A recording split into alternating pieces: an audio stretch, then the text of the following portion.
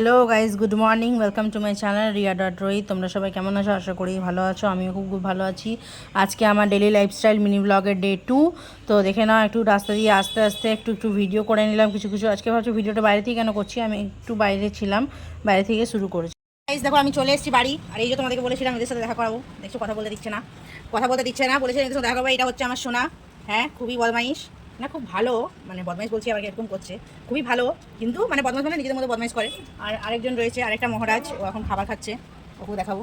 তো শোনা, একটু মুড়ি দাও, চুমুনি দাও। এখন আমি লিপস্টিক লাগিয়ে আছি, লিপস্টিকটাও সেটা সেটা খাবার ধান্দা, তো ওই জন্যই। এবারে ওর সারাদিন এরকমই বাইরে ঘুরতে থাকে, খাঁচার ভিতরে থাকে না, দুজনে মিলে এরকমই ঘুরে বেড়ায়। আর দেখতে পাচ্ছ লিপস্টিকে দেখো আমার মুখের অবস্থা কী করে দিল, এরকমই করে দেয় সবসময়। এখনও যাবে, জানলাতে যাবে এই জন্যই, কারণ আমাদের এখানে সামনেই টিউশন পড়ায়। তো এবারে ওই বাচ্চাগুলো বেরোবে, তো ওদেরকে বকতে যাবে, ওদেরকে খুব বকে চিলিয়ে ওরা কেন এসছে, দেখবে এখনই দেখো যাবে। নিয়ে নাও, যাওয়ার জন্য একদম তৈরি।